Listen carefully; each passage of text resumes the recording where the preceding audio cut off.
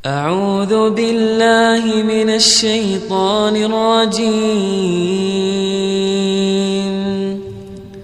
بسم الله الرحمن الرحيم. Suatu ketika Nabi sedang duduk bersama sahabat. Halaqah. Halaqah artinya bulat, melengkung, melingkar. Nabi di tengah, sahabat berkeliling. Halaqah. Tak lama sedang halaqah, datang seorang lelaki. Air wuduknya basah di wajah sampai ke ujung janggutnya. Dia tenteng selipar. Dia pun masuk. Kata Nabi, tuan-tuan, sahabat-sahabat, bila engkau ingin menengok penghuni surga, itulah dia orang. Yang masuk itu ya Rasulullah. Ya, itulah dia penghuni surga. Maka sahabat merasa heran, apa kelebihan dia? Dia bukan Abu Hurairah yang penghafaz hadis. Dia bukan Abdullah ibnu Abbas yang pernah didoakan Allahumma faqihu fid din wa 'allimhu ta'wil. Dia bukan pula Sayyidatuna Aisyah istri Nabi. Dia manusia yang tak dikenal, nama dia pun tak siapa. Tapi bila engkau ingin tahu penghuni surga, itu dia orang. Sahabat datang ke rumah dia. Bertamu boleh 3 hari 3 malam. Lebih daripada itu sedekah. 3 hari 3 malam hak kita kepada sahibul bait. Dia tengok makannya biasa saja. Dia tengok tidurnya tak ada berlebih kurang seperti manusia kebanyakan. Ini orang kenapa Nabi kata penghuni surga? Sembahyang dia biasa saja, ibadah dia biasa. Pada hari ketiga ia pun disoal. Tuan, sahabat berkata, manakala kami duduk bersama Rasulullah sallallahu alaihi wasallam, Nabi menunjuk engkaulah penghuni surga. Tapi aku sudah 3 hari 3 malam di rumahmu, aku tengok engkau pandang biasa saja. Apa sebenarnya amal engkau yang boleh menyampaikan ke dalam surga Allah? Apa jawab dia? Amalku tak lebih tak kurang sama seperti kalian. Hanya saja sebelum tidur malam, aku sudah membersihkan hatiku. Tak ada dendam kesumat sakit hati, tak ada sumpah serapah caci maki. Aku sudah maafkan semua orang yang menganiayaku. Dari terbit matahari tadi sampailah tenggelam matahari, maka hilanglah semua, tak pernah berkesan dalam hati.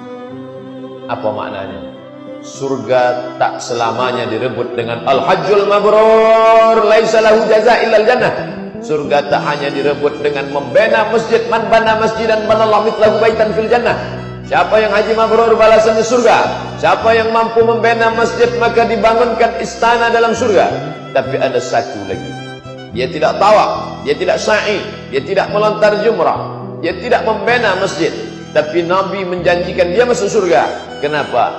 Qad aflaha man tazakka. Beruntung orang yang mensucikan hati. Selepas hati suci, wa dzakara asma rabbih fa shalla. Setelah hati suci, barulah zakara, mengingat Allah, fa shalla, barulah dia salat. Kerana salat yang berkubang dengan dendam, kesumat, hasad, dengki dan busuk hati tak memberikan kesan apa-apa dalam pribadi seorang muslim. Inilah yang susah. Sebagian manusia sekarang, kalau sahabat Nabi tadi menghilangkan dendam hasadnya sebelum tidur malam, betapa banyak manusia sekarang yang rajin salat, puasa, haji dan umrah, tapi dendam dia simpan bukan hanya sampai jam 7 malam, tapi sampai 7 keturunan. Bila aku mati nanti, maka anak cucuku sampai ke bawah, aku tak izinkan nikah dengan anak cucu keturunan Tuan Fulan.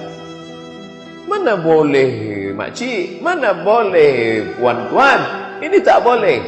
Biarlah aku tanggung dosa ini. Aku sanggup memikulnya di akhirat. Dia sangka ini perbuatan main-main. Apa kata Nabi? Iyyakum wal hasada. Takutlah kamu pada penyakit hasad. Mengapa? Fa innal hasada ya'kulul hasanat. Kerana hasad, busuk hati, dendam, kesumat memakan segala perbuatan baik. Kama ta'kulun narul hatab. Sebagaimana api memakan kayu bakar. Api panas, dia memakan lalang kayu kering. Kenapa Nabi berikan permisalan kayu? Sebab di gurun pasir Makkah, Madinah susah nak tengok pokok kayu. Di tempat kita banyak pokok kayu. Tapi pada masa Nabi sampai saat ini kita susah nak tengok pokok kayu. Bila ada satu pokok kayu besar, pastilah ada pipe air di bawahnya untuk menumbuhkan dia. Maka kata Nabi SAW, ada orang bersusah payah mencari kayu. Hari ini dia dapat satu batang, besok dia dapat satu ranting, besok dia dapat satu cabang, dia tumpuk sampai setinggi. Maka manakala api datang menyambar, api merubah kayu menjadi arang, arang terbakar menjadi abu, ambu dihembus angin tak bersisa, diletak di atas tapak tangan. Begitulah amal orang yang hasad. Oleh sebab itu kita sadarkan diri, hai Tuan Abdus Somad, engkau sudah beri tazkirah, engkau sudah beri nasihat, engkau sudah salat, engkau sudah puasa, engkau sudah menuntut ilmu, kau sangka amal kau banyak, amal yang banyak bagaikan kayu, tapi bila kau ada hasad di dalam, maka dia akan hilang bagaikan debu yang dihembus angin. Oleh sebab itu, siapa yang tahu kita ni hasad? Yang tahu hanya kita dan Allah Subhanahu wa ta'ala saja. Andailah hasad itu ditampakkan Allah dalam bentuk zahir, sesiapa yang hasad satu kali, maka tumbuh tai lalat satu. Mungkin muka ni sudah hitam semua. Dan ustaz yang berwajah penuh dengan tai lalat hasad tadi memberi tajuk ceramah. Tajuk kita malam ini, bahaya hasad. Semua orang tersenyum dan berbisik, apa ni? Allah masih sayang. Bila orang dengar cakap engkau, bila orang cium tangan engkau, bila orang muliakan engkau, bukan kerana engkau mulia, tapi kerana Allah masih tutupi segala aib dan cacatmu. Sampai masanya dia akan bukakan. Yauma tublas sarair. Pada hari itu dibukakan segala rahasia. Maka di antara doa kita kepada Allah, Rabbana ighfir lana, ghafara, tutupi ya Allah. Mungkin ada bekas daripada paku, tak jadi memasang lampu, tapi manakala ditutup, hilang, tak tampak dia. Maka engkau tutuplah hendaknya dosa kami itu. Wa kaffir anna sayyi'atina, engkau tutuplah ya Allah. Tapi manakala engkau ulang balik, kami akan bukakan sebuka-bukanya sampai engkau pun malu melihat dirimu sendiri. Rabbana, ya Rabb, ya Allah, ma li hadzal kitab, mengapa buku ini la yughadiru saghiratan, tidak ada yang kecil wala kabiratan, semua yang besar illa ahsaha, semua tercatat dalam buku tulisan yang nyata.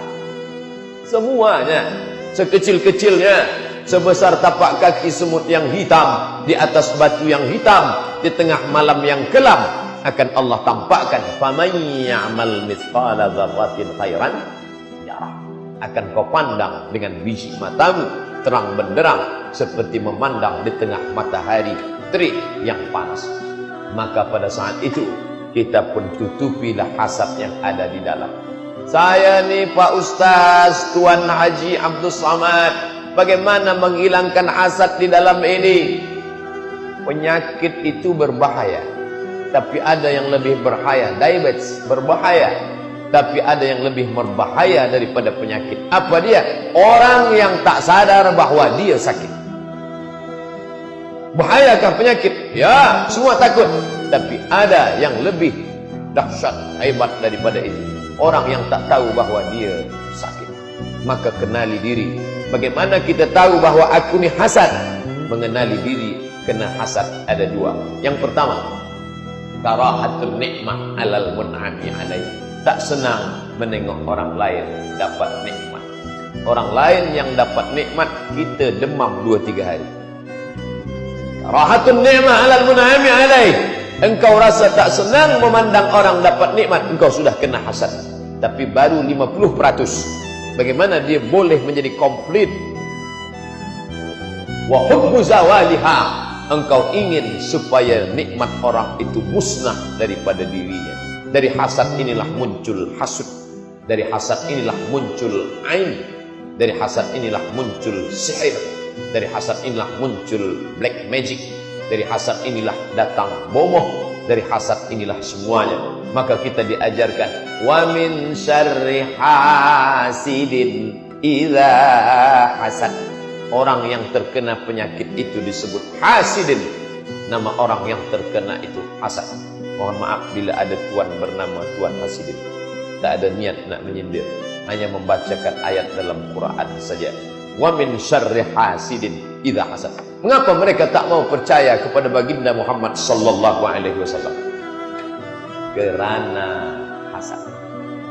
Kami tahu dia nabi. Sebelum dia datang kami sudah bertawassul kepada Allah. Manakala Yahudi berperang dengan Bani Ghatafan, maka apa kata mereka?